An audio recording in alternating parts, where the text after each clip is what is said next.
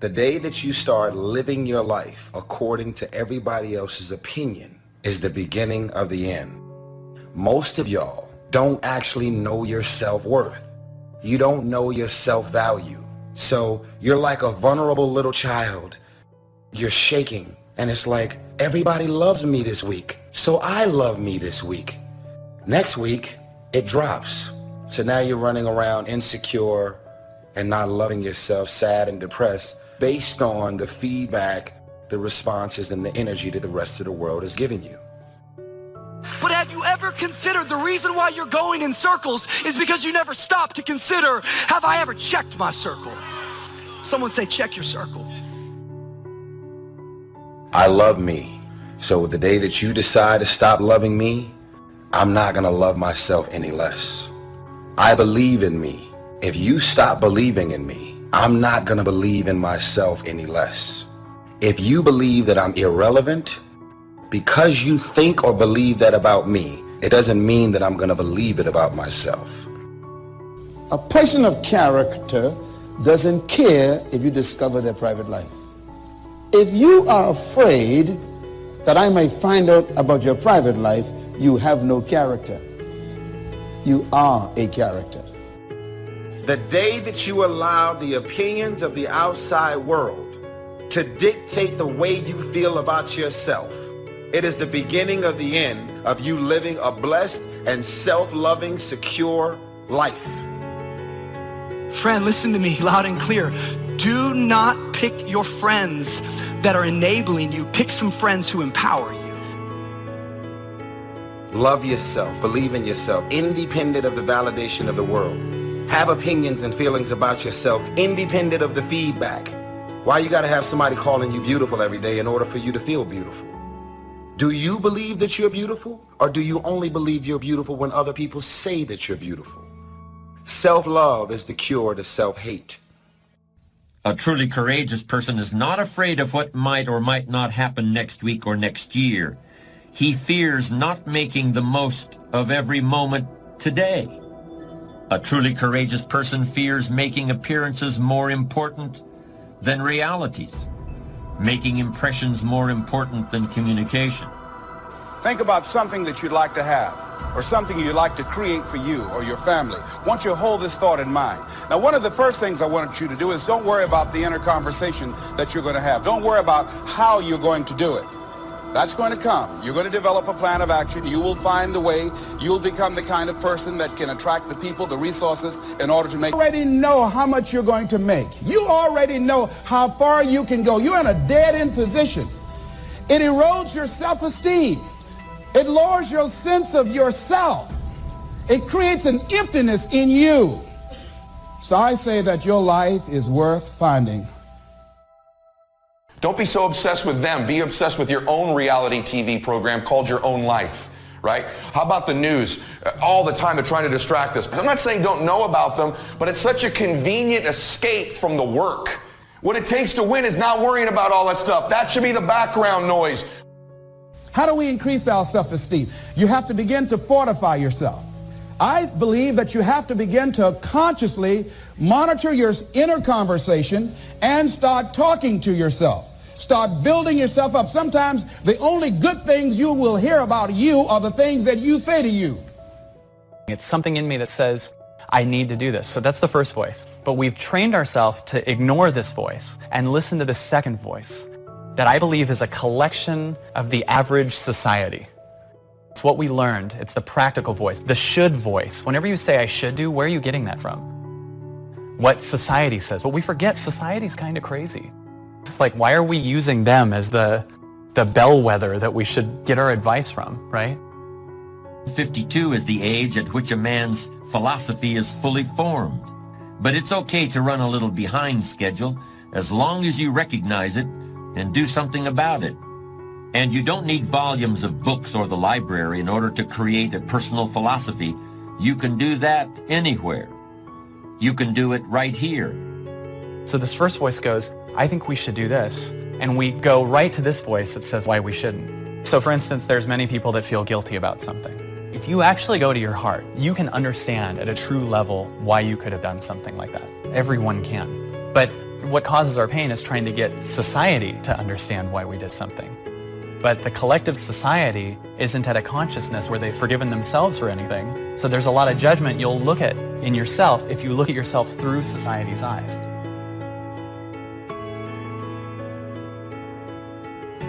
Success is not in short supply.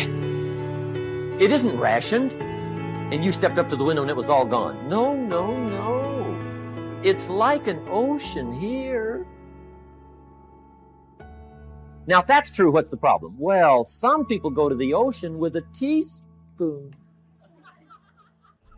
Have you got the picture? 10, 20, 30, 40 years, actually the rest of your life. Your dreams. You've got to keep dreaming. Ronald Reagan, president, said to the joint session of Congress a few weeks ago, "The Republic is a dream. And if we don't keep dreaming, we will lose the Republic." Your better future is a dream for yourself and for your family. Where do you want to go? What do you want to do? What do you want to be? What do you want to see? You've got to dream dreams. There's a Bible phrase that says, without dreams and visions, people perish. You've got to have something to go for that inspires the heart and the soul. The truth will set you free.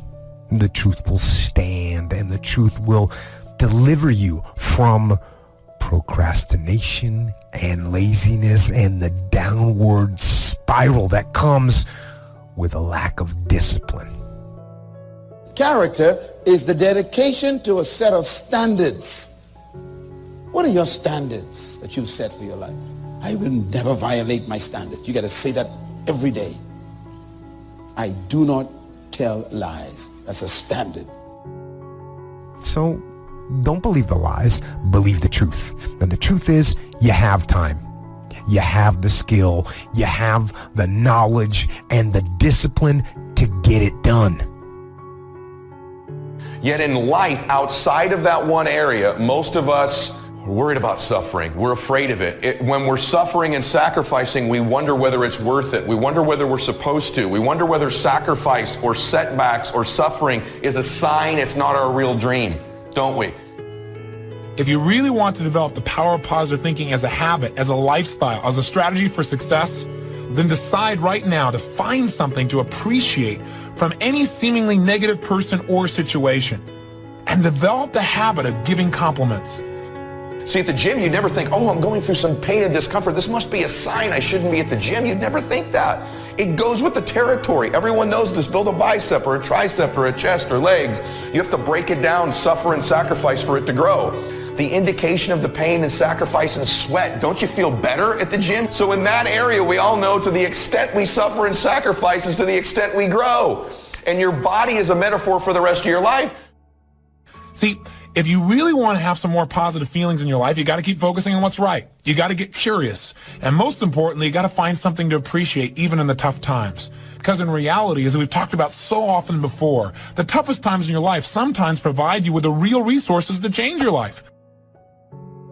That peace that we're after lies somewhere beyond personality, beyond the perception of others, beyond invention and disguise.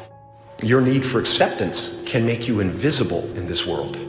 Don't let anything stand in the way of the light that shines through this form. What's the one thing that keeps you from becoming who God made you to be? What's the one thing that keeps you from using your shape? Write it down. Fear. That's the word. It's fear. It scares you to become somebody that other people may not understand. Risk being seen in all of your glory. Our eyes are not viewers. They're also projectors that are running a second story over the picture that we see in front of us all the time. Fear is writing that script, and the working title is, I'll Never Be Enough. And when I say life doesn't happen to you, it happens for you, I'm just making a conscious choice to perceive challenges as something beneficial so that I can deal with them in the most productive way. You'll come up with your own style. That's part of the fun. If you make it to the end of this video, I want you to write, self-love is the cure to self-hate. These are the type of qualities that I'm going and have been instilling in my daughter. Nobody wants to be alone. But if you show up empty, as an empty shell, and you're expecting this man to fulfill you because as soon as he leaves, you're depleted, you're empty, and you have nothing left for yourself again. Never rely or depend on anybody to fulfill your heart. You've got to dream. Don't lose your dreams for yourself, for your future, for your family, the dreams of love and enterprise and travel and doing things, becoming something unique on your journey here. Don't lose your dreams. Do some dreaming. That's long-range goals. You've got to have those. So that's number one. Here's the second part of goals, short range. Short-range goals. That's your goals for tomorrow, this week, this month, this year, the immediate future. We call these confidence builders. Because if you set up something short-range, go for it, get it, latch onto it, work hard, accomplish it. That starts building your strong feelings to go for your dreams. Now, I've divided goals into 3 categories. Here they are. Number 1 is economic. That's your goals for money, income.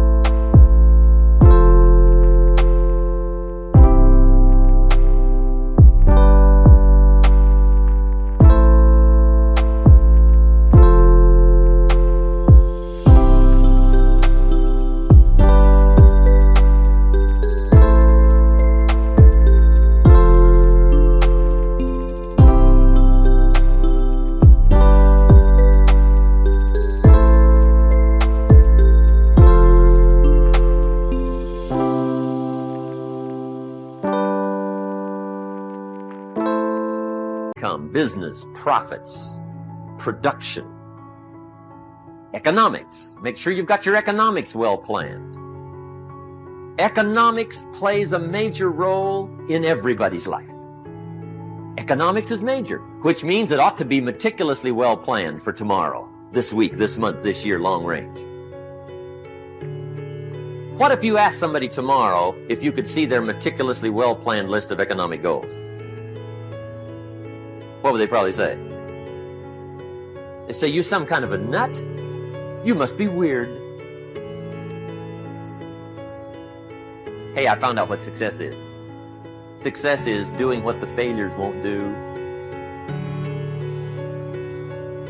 Make sure you've got your economics well planned. It'll put you in the top 5%. One of the key little subjects we talk about on the weekend is the 7 fundamentals for wealth and happiness.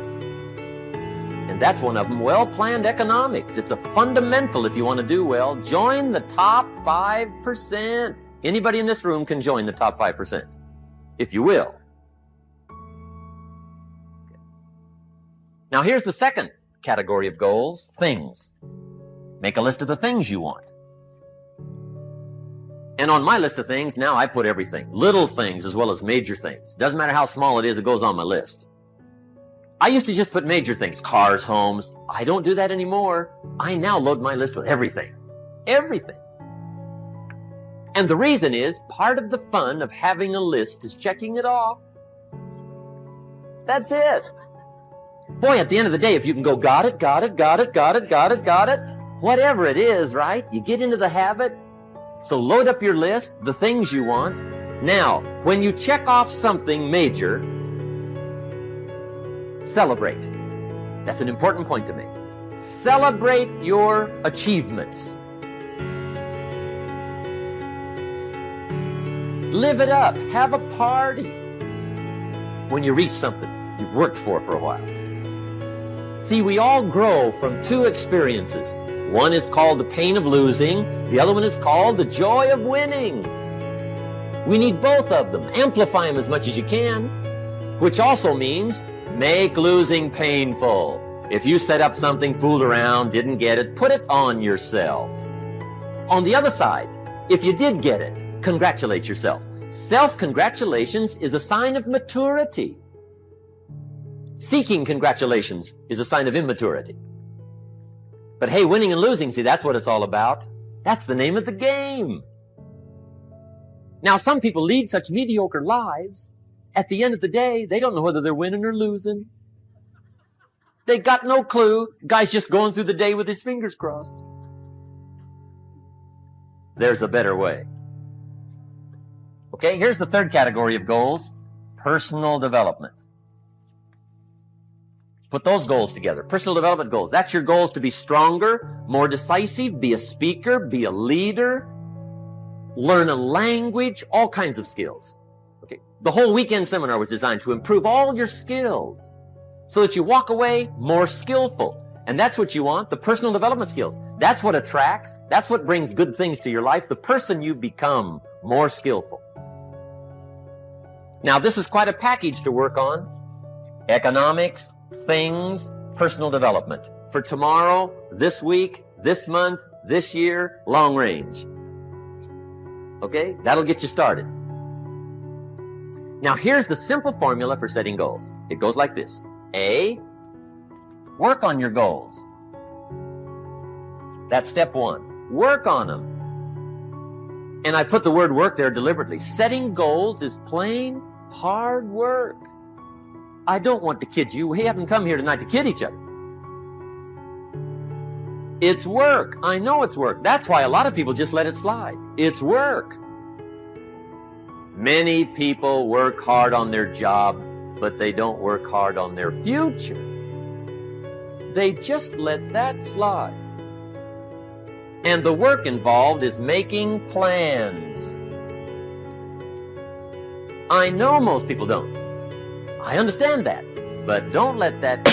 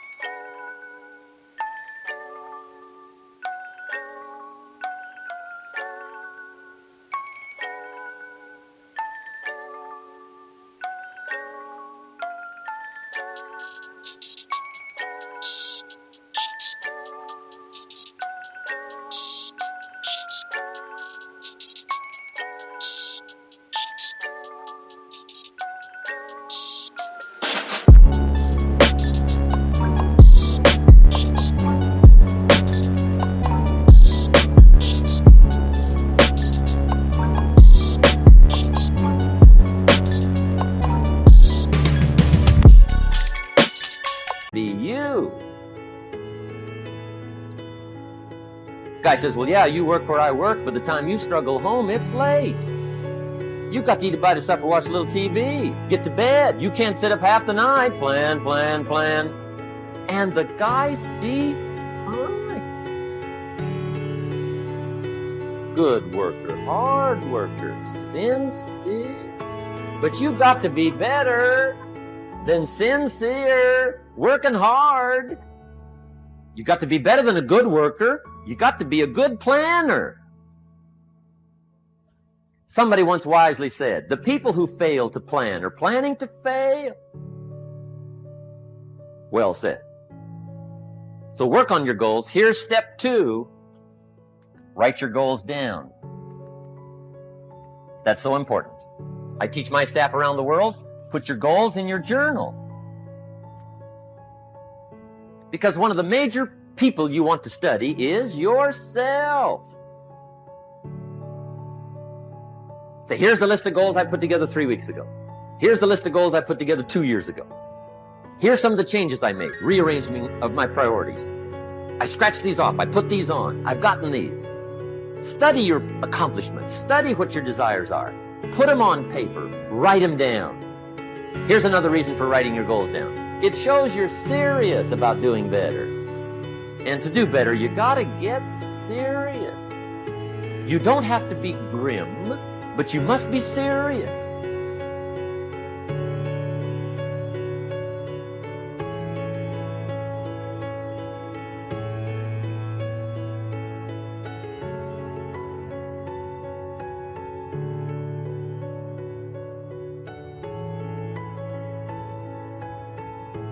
Credit goes to our awesome patrons who make videos like this one possible.